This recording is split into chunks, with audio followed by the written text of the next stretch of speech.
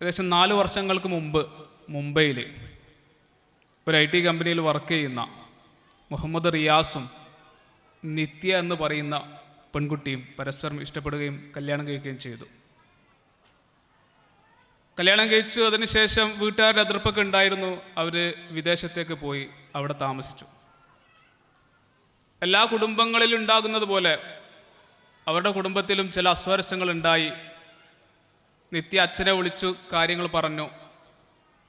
അച്ഛന് ഒരു കളവ് പറഞ്ഞു, അമ്മക്ക് സുഖമില്ല, നീ ഇങ്ങോട്ടേക്ക് വരാൻ പറഞ്ഞു.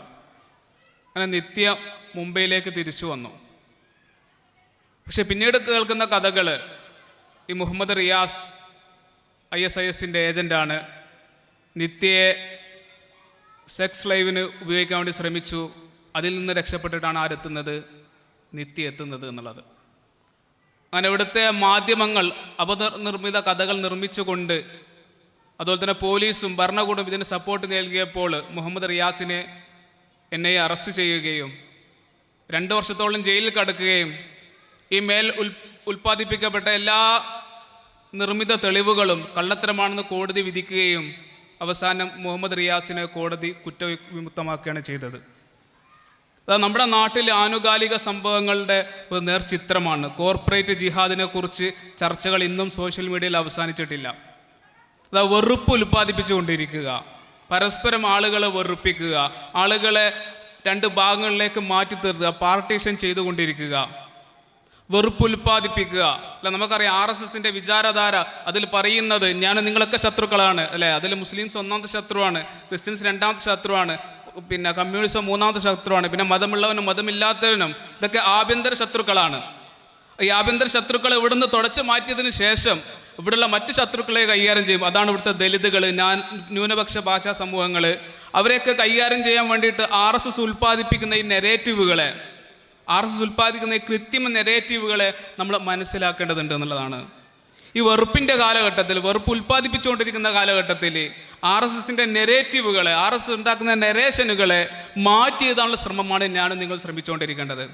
പക്ഷെ ഖേദകരെന്ന് പറയട്ടെ, നമ്മുടെ നാട്ടിൽ പോലും അത്തരം നെറേഷനുകളെ പാടി നടക്കുകയാണ് കേൾക്കുന്നത്. ലവ് ജിഹാദ് അല്ല, ലവ് ജിഹാദിൻ്റെ ഒരു കാലഘട്ടത്തിൽ, അതിൻ്റെ ഒരു വലിയ കേസ് നടക്കുന്ന കാലഘട്ടത്തിൽ ഏറ്റവും കൂടുതൽ പാടി കേട്ടത് കേരളത്തിൽ നിന്നാണ് അല്ലെ. കേരളത്തിൽ നിന്നുള്ള പിന്നെ കോട്ടിങ്ങുകളാണ് UPയിലെ മുഖ്യമന്ത്രി എന്ത് ചെയ്യുന്നത്?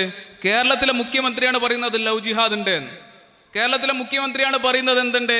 ഈ പിന്നെ പൗരത്വ പ്രക്ഷോഭ സമയത്ത് അതിൽ നുഴഞ്ഞുകയറ്റക്കാരുണ്ട് എന്ന് പറയുന്നത് കേരളത്തിലെ മുഖ്യമന്ത്രിയാണെന്ന് ആര് പറയുന്നത്? പ്രധാനമന്ത്രി കോട്ട് ചെയ്യുന്നത് ആരെയാണ്? കേരളത്തിലെ മുഖ്യമന്ത്രിയാണ്. ഈ പറഞ്ഞ പോലെ നെറേഷനുകളെ, RSS ഉണ്ടാക്കുന്ന, സംഘപരിവാർ ഉണ്ടാക്കുന്ന നെറേഷനുകളെ നമ്മൾ ഏറ്റുപാടുന്ന അവസ്ഥയാണുള്ളത്. ഇപ്പോൾ അവസാനമായി സതീശന് മുഖ്യമന്ത്രി ആവണം എന്നുള്ള ചർച്ചയിൽ മരംമുറി കൊള്ള നടത്തുന്ന ചാനലിൻ്റെ അവതാരകൻ പറയുന്ന എന്താണ്? പ്രധാനമന്ത്രി പറയുന്ന അതേ വാക്കാണ്. വേഷം കണ്ടാൽ തിരിച്ചറിയും. സതീശന് വേണ്ടി പ്രചരണം നടത്തുന്നത് ഇവിടുത്തെ ചില വേഷം കണ്ടാൽ തിരിച്ചറിയുന്ന ചില ആളുകളാണ്, മതതീവ്രവാദികളാണ്, അല്ലെങ്കിൽ രാജ്യദ്രോഹികളാണ്. സതീശൻ മുഖ്യമന്ത്രി ആണെന്ന് പ്രചരണം നടത്തുന്നതാണ് ആര് പറയുന്നത്? മരംമുറി ചാനലിൽ, മരംമുറി കൊള്ള നടത്തിയ ചാനലിൽ നിന്ന് ആളുകൾ വിളിച്ചു പറയുന്നത്. ഇതാണ് നമ്മൾ കാണുന്ന വെറുപ്പിൻ്റെ, അല്ലെങ്കിൽ ആളുകളെ പരസ്പരം ഭിന്നിപ്പിക്കുന്നതിൻ്റെ ചിത്രം കേരളത്തിൽ കൂടി കണ്ടുകൊണ്ടിരിക്കുകയാണ്. ഇത് ആളുകൾ തരം പോലെ ഉപയോഗിച്ചുകൊണ്ടിരിക്കുകയാണ്.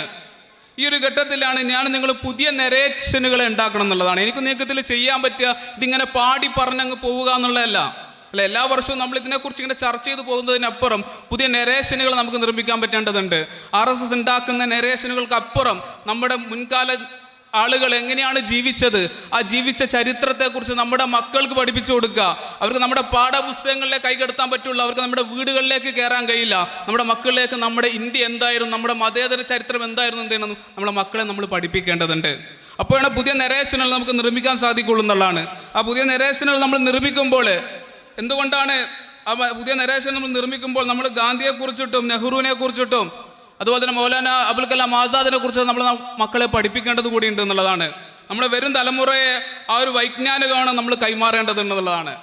അതോടൊപ്പം തന്നെ ഈ നെറേഷനുകളെ ബിൽഡ് ചെയ്യുക അല്ലെ, എത്രത്തോളം പിന്നെ ഐഡിയപരമായിട്ടാണ് RSS അതിൻ്റെ നെറേഷനിൽ നിർമ്മിച്ചുകൊണ്ടിരിക്കുന്നത്. കോർപ്പറേറ്റ് ജിഹാദ്, നാർക്കോട്ടിക് ജിഹാദ് ലവ് ജിഹാദ്, ലാൻഡ് ജിഹാദ്, ഇങ്ങനെ വ്യത്യസ്ത രീതിയിൽ മുസ്ലിം സമൂഹത്തെ ഒരു ഭാഗത്ത്, അതോടൊപ്പം തന്നെ മതപരിവർത്തനം എന്ന ടൂൾ ഉപയോഗിച്ചുകൊണ്ട് ക്രിസ്ത്യാനിറ്റിയെ മറ്റൊരു ഭാഗത്ത് എന്ത് ചെയ്യാണ് പാർട്ടേറ്റ് ചെയ്തുകൊണ്ടിരിക്കുകയാണ്. ഈ ഘട്ടത്തിലാണ് ഞാൻ നിങ്ങളും പുതിയ നരേഷനുകളെ നിർമ്മിക്കേണ്ടത്. എന്തുകൊണ്ടാണ് അവർ ഗാന്ധിയെ കൊന്നുകളഞ്ഞത്?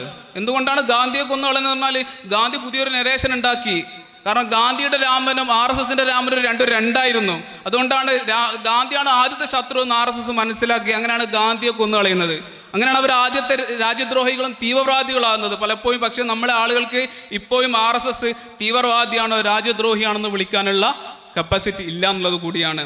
അതോടൊപ്പം തന്നെ നമ്മൾ ഈ കാണുന്ന നരേഷനുകൾ അല്ലെ, നമ്മൾ ഒന്ന് മീഡിയ എടുത്ത് നോക്കിക്കഴിഞ്ഞാൽ, ഫേസ്ബുക്ക് ആയിക്കോട്ടെ, ഇൻസ്റ്റ ആയിക്കോട്ടെ, തപ്പിക്കഴിഞ്ഞാൽ ഈ പറയുന്ന വെറുപ്പ് അത് വളരെ അധികം വർദ്ധിച്ചുകൊണ്ടിരിക്കുകയാണ്. മതമൗലികവാദി, രാജ്യദ്രോഹി, തീവ്രവാദി എന്നുള്ള നരേഷനുകൾ വർദ്ധിച്ചുകൊണ്ടിരിക്കുന്ന ഈ കാലഘട്ടത്തിൽ നമ്മൾ ചെയ്യേണ്ടത് ഇസ്ലാമോഫോബിയ, സോളിഡാരിറ്റി കഴിഞ്ഞ 2 വർഷം മുമ്പ് പിന്നെ നടത്തിയൊരു പ്രഖ്യാപന ജാഥയായിരുന്നു ഇസ്ലാമോഫോബിയ കുറ്റകൃത്യമായി പ്രഖ്യാപിക്കുക.